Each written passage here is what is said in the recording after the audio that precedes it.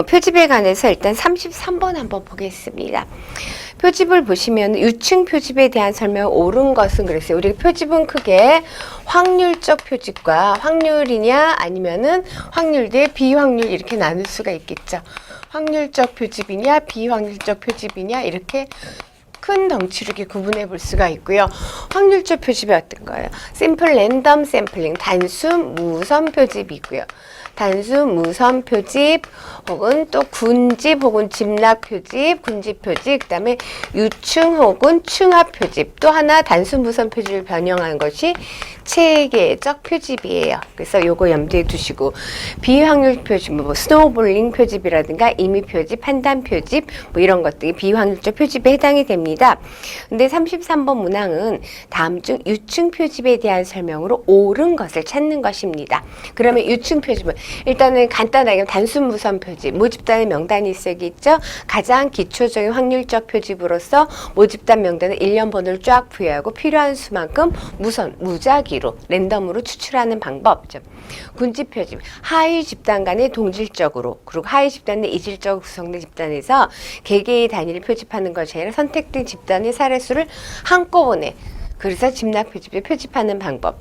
유층 표집은 하위 집단 간의 성질이 다른 그 이질적으로 구성되고 하위 집단이 동질적으로 되어 있을 때 그렇게 구분한 다음에 그 다음에 단순 무선하거나 군집 표집하는 방법이 유층 표집, 층화 표집입니다.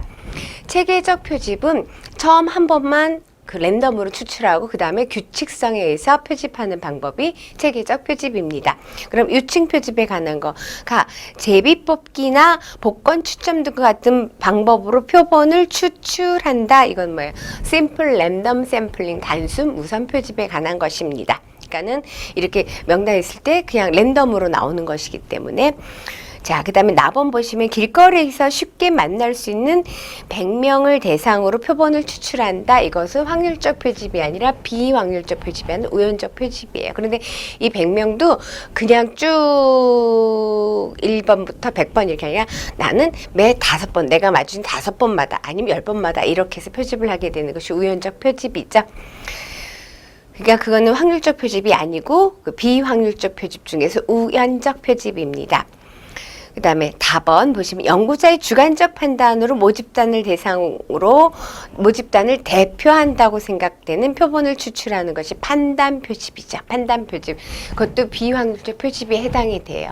그러니까는 소비자 물가 지수를 조사할 때는 품목이 너무 많아요. 누구를 더 어떻게 해야 돼요? 뭐 어떤 제품을. 그러니까 연구자가 적절하게 이제 판단을 해갖고 하는데 전문가가 판단을 해야겠죠. 그래서 판단 표집입니다. 그러니까 가는 단순 무선, 나는 우연적, 다는 판단 표시. 그러면 라는 보면 무작위로 표본 단위를 추출하는 과정에서 2가지 이상의 변수를 사용하게 되는 것이 어떻다? 그 유층 표집에 관한 설명으로 적절한 설명이 될 것입니다. 유층 표집이라는 것은 선생님들 이제 나누고 하위 집단 간의 종교 연구에 관해서 얘기를 했어요. 종교 연구할 때 하위 집단 간의 성질은 다르게 그리고 하위 집단 내는 동질적으로 구성이 되어 있을 때 그렇게 나눈 다음에 그 다음에 어떻게 해요? 그 다음에 다시 거기서 연구 주제에 따라 단순 무선하거나 체계적 표집할 수도 있어요. 군집 표집하는 것이 유층 표집이에요. 유층 표집, 층화 표집이라고도 합니다. 그래서 전집의 특성을 뭐 사전에 고려하기 때문에 대표성을 좀 띌 수가 있는 것이고요. 그래서 그거 나누는 부분을 잘 생각하시길 바랄게요. 그래서 무작위 표본 단위를 추출하는 과정에서 2가지 이상의 변수를 활용하는 것 어떻게 가장 옳은 설명이 유층 표집입니다. 라번입니다. 그 다음에 연구 설계과에서 한번 볼 거예요. 종단 연구하고 횡단 연구, 종단 연구 쭉 추적하는 거죠. 그러니까 혹시 들어보셨을 만한 실험 얘기라면 마시멜로우 연구 있죠. 아이들한테 통제하는 거. 그래서 이 정서적인 거 통제하는 것이 결국은 나중에 어떤 성취와 관계에 있는가 마시멜로 테스트 있어요. 그러니까 아이들한테 그 마시멜로 쪽 15분 동안 선생님 올 때까지 안 먹고 있으면은 안 먹고 있으면은 다음에 2개 준다는 실험이 있어요. 굉장히 오래된 실험이에요. 그래서 지금 그걸 가지고 쭉 추정해서 보니까 그 후에 그 연구하고서는 한 15년 후에 봤더니, 그러니까 유치원생 연구했는데 15년 후에 봤더니 걔네들이 성과 합숙제가 달랐고, 그리고 2011년까지 계속 추적해 봤더니 훨씬 더 안정적인 삶을 살고 있더라라는 관계 연구가 있어요. 그러면 이 종단 연구 시간이 많이 걸리겠죠.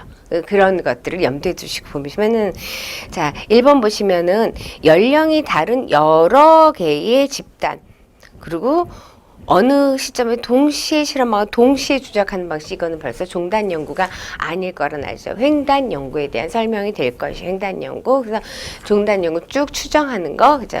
그러니까 연구 대상자가 특정 집단을 대표하는 소수에 대해 일반화하는 어려움이 많다. 왜냐면은 종단 연구는 많은 사례수로 추정하기 힘들죠. 그래서 소수에 보기 때문에 일반화하기는 어렵다라는 것. 시간이 많이 소요되고 쭉 하니까 몇십 년도 될 수 있어요. 그렇기 때문에 물론 마시멜로 테스트 같은 경우에는 뭐 처음부터 한 50년 하겠다라고 한 거 작정한 건 아니죠. 그래서 한 40년까지 그 후에 다시 한번 추정을 해봤는데 하고서 15년 후에 봤더니 그런 결과가 나왔다는 걸 먼저 발표했고 그 후에 또 관심 갖고 연구를 했다라는 걸 제가 더 붙여서 얘기하는 거예요. 그러니까 이렇게 오래도록 추정해야 되니까 중도 탈락자가 있을 수가 있죠. 그래서 그 조사 기간 중에는 탈락자가 발생할 수가 있고요. 초기와 후기 인과관계를 규명하기 용이한 것은 종단 연구입니다. 종단 연구, 횡단 연구, 장단점 다시 한번 정리해 두세요. 그 다음에 우리가 이제 그 40번 한번 볼 거예요. 내적 타당도라는 거. 내적 타당도라는 것은 연구 결과를 독립변이 효과로 볼 수 있느냐, 외적 타당도는 일반화 시킬 수 있느냐, 이런 거를 생각을 하셔야 돼요. 그래서 40번을 보시면은 다음 실험에서 내적 타당도를 가장 크게 저해하는 것은 뭐냐? A 박사는 최근 개발한 우울증 치료 프로그램의 효과를 검증하기 위해서 우울증으로 진단된 피험자들을 대상으로 프로그램을 적용하였다. 그래서 프로그램을 적용했어요. 우울증 환자에게.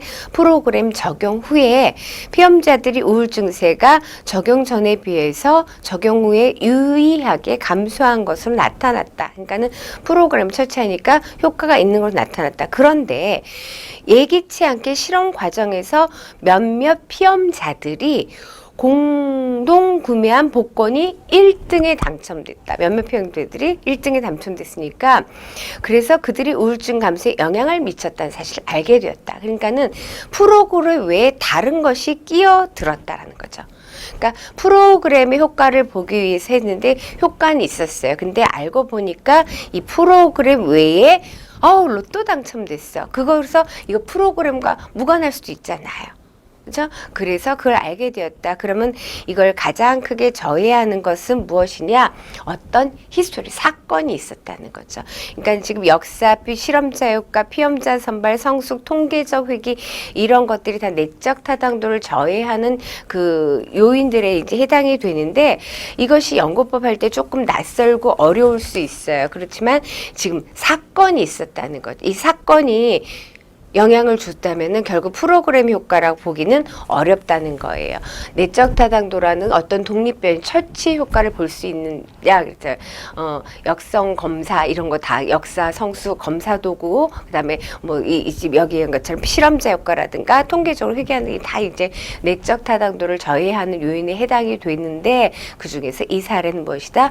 뭔가 사건이 있었다. 히스토리. 그래서 역사가 있었기 때문에 내적 타당도를 저해하는 요인이 된다. 그래서 40번의 정답은 1번입니다. 그 다음에 이제 41번 한번 볼 거예요. 41번 같은 경우에는 지금 이제 그 우리가 그 공부하고 있는 발달 심리 자체는 이런 거 저런 거 많이 다루잖아요. 그 중에서 이제 뭐, 연구법도 좀 낯설 수 있고요. 연구법에 대한 정의만 잘해두셔도 좋은 포인트 맞으실 수 있어요. 그리고 보면은 이제 낯설다는 것이 이 반사는 괜찮지만 어떤 약물에 관한 거, 그리고 어떤 염색체에 관한 거 이런 거 조금 진짜 낯설잖아요. 그래서 그런 거는 꼼꼼하게 정리해 주시길 바랍니다.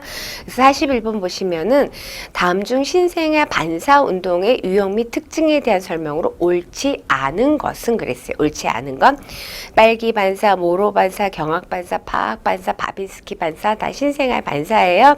그러면은 자, 빨기 반사 빠는 건 뭐예요? 빠는 거 자체는 이렇게 계속 빠는 거니까 맞죠? 빨기 반사 입에 닿는 것은 무엇이든 빠는 거죠. 쥐고 빨아요. 쥐고 빨아요. 무엇이든 빠는 거. 모로 반사는 갑작스레 큰 소리나 급격한 위치 이동 그리고 평형 감각에서 깜짝 놀라는 것이 모로 반사이고요. 경악 반사는 뭐냐면은 큰 소리 사지를 구부리는 반사 행동이에요. 큰 소리가 나면은 근데 음식물을 삼키는 반사 운동은 이걸 뭘 한다? 그냥 그대로 삼키기 반사. 삼키기 반사.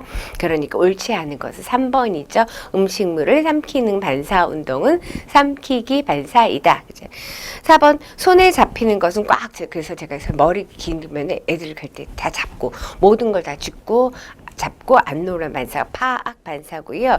바빈스키 반사는 발가락을 간지르면 이제 발등 위로 부채좀 쫙 펴지는 것이 바빈스키 반사입니다. 바빈스키 반사이죠. 그러면은 역시 이제 우리 42번도 한번 볼 건데요. 42번 뭐냐면은 반사는 생존에 필요한 것이 있고 그렇지 생존하고 무관한 것이 있어요. 그래서 모로 반사, 삼키기 반사, 울기 반사, 바빈스키 반사 그 중에 생존에 필요한 것은 무엇일까? 그러면 여기서 모로 반사 생존에 필요한 것도 큰 소리 갑자기 그 평형 감각이 상실 때 나타나는 것 삼키기 반사 그 다음에 울기 반사도 마찬가지예요. 근데 바빈스키 반사는 그 생존과 관계 필요한 것 생존에 필요한 건 삼키기, 울기, 빨기 그리고 젖을 찾아야 돼. 젖 찾기 이런 것들 그리고 재채기나 이런 것도 근데 생존에 관한 것입니다. 그래서 거기까지 일단은 살펴볼 거예요. 그래서 다음 차시 계속해서 발달로 문제를 더 살펴보도록 하겠습니다. 고맙습니다.